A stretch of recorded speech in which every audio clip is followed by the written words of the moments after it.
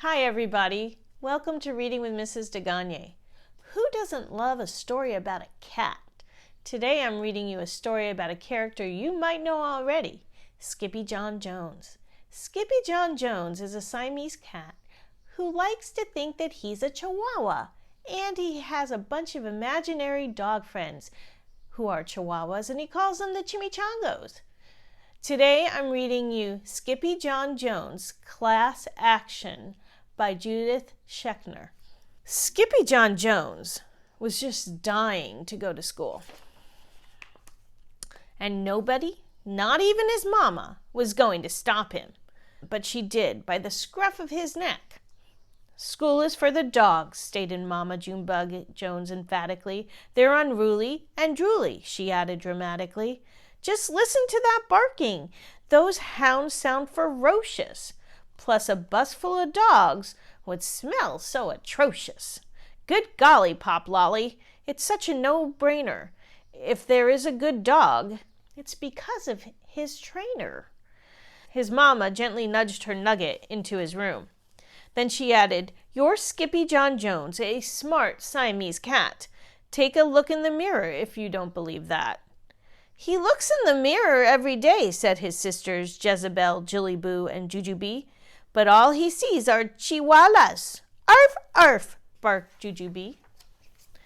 After his family left him to think, the chihuahua did exactly what his mama suggested, but not before he bounced around his room with some books. Oh, I'm Skippyjon Jones, and I don't get the fuss.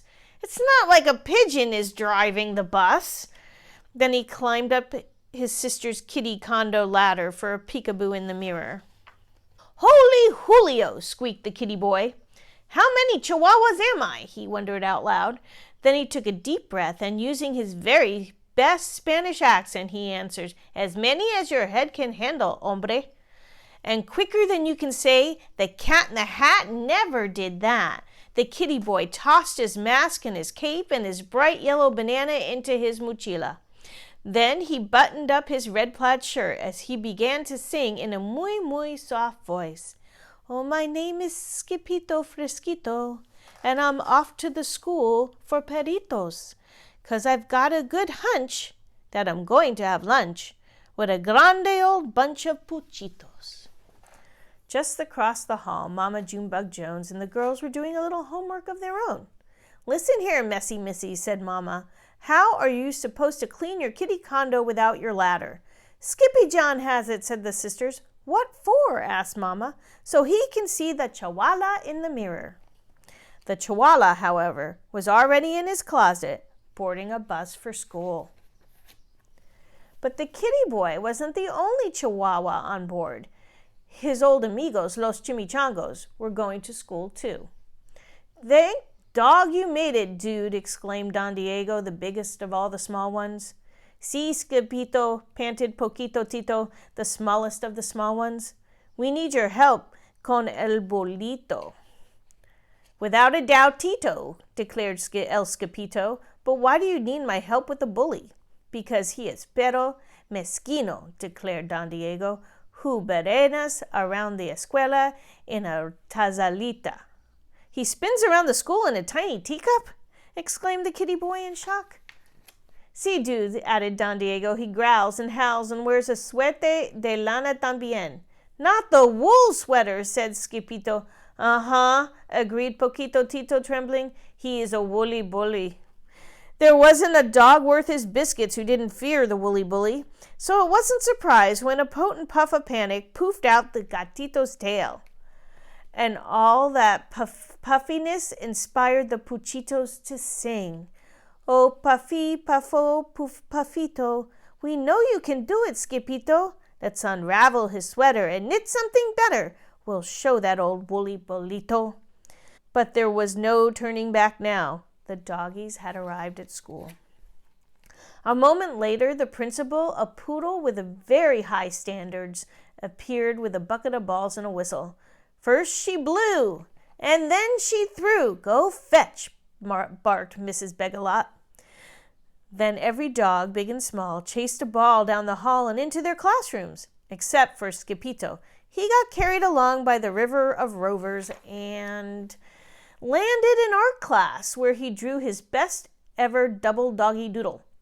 I've never seen a pup do that before, said Mrs. Houndler, the art teacher. Then he trotted over to the music room and bayed like a beagle for the canine chorus. Bow wow, woofed Mrs. Muzzletuff. What a pair of ears! After music came math, where Skippy stunned Mrs. McDruller with his counting skills. 2, 3, 5, 7, 11. At the bell, the amigos followed their noses into the library. Not even a bowl full of frijoles smelled as delicious as the scent of books waiting to be read. I lick libros, declared El Skippito Fresquito, the great readerito. I like books too, whispered Lenora Lapsitter, the librarian, from behind the bookcase. The kitty boy was the last to leave the library, so he had to race right over to French class with Monsieur Fusé. Can you say cheese? Asked the teacher. Oui, oui, said Ziputo's fromage. Si, said Skippito. Queso. Queso cabeza, shouted the chimichangos from the rear of the room. I'm not a cheesehead, chimichangos, chuckled Gatito. I'm a chihuahua. The poodles were tickled pink to have Los Puchitos in class with them, and Los Puchitos wanted to share what they learned with their amigo. Zozipupe sang, Come está, comecito. We have something to tell you, Skippito. When Ziputos say we, they really mean si. So don't look for a red hydrantito. After French, Los Muchachos took a pass on obedience class, deciding instead to nap inside the warm case with the golden trofeos. I'm not good at following rules, confessed the kitty boy. What dog is, dude, quipped Don Diego. But just then the gatito heard a gurgling growl that shook the entire escuela, perhaps the whole planeta. Holy heartburn, hollered Skippito. Was that my tummy? No, that is the bellow of the woolly bolito, said Poquito Tito with a shiverito. The gruesome grumble grew louder, and along with it came the rattle and plink of the terrible Tazalita. It was spinning wildly, right under his nose, circling like a polka-dotted shark. Andale, declared Don Diego. Get out your duds, dude. But Skippito was too frozen with fear to unpack his mochila. So his amigos did it for him, helping to change their Chico into El Skippito Fresquito, complete with mask, cape, and banana. Why the plantano, dude? Asked Pintolito. It's my snackito, replied the gatito. Will you share it with me and Tito? Yes, indeedo, agreed Skippito.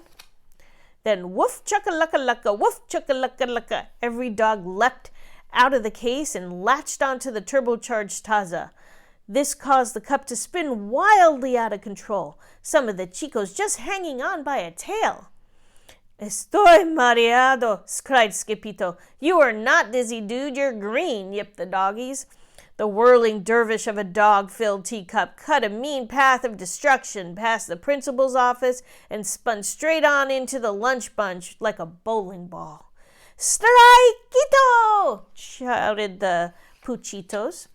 And strike it did. Smash, crackle, and pop. The twirling Tazalita crashed right into a table and broke apart, exposing the ferocious Fuzzy for what he really was, a teeny-tiny, itsy-bitsy, wool-wearing teacup chihuahua. Dude, declared Skippito, you're no bigger than a buckito. But the buckito's only reply was a gurgling growl greater than the hounds had ever heard before. Is that your tummy?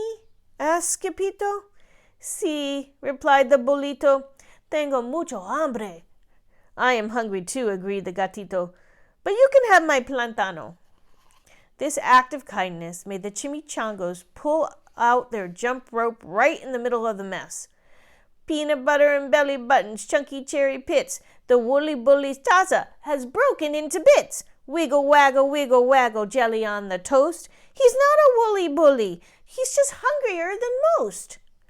Just then, Mrs. Begalot stopped into the lunchroom. "I smell a cat," she bellowed.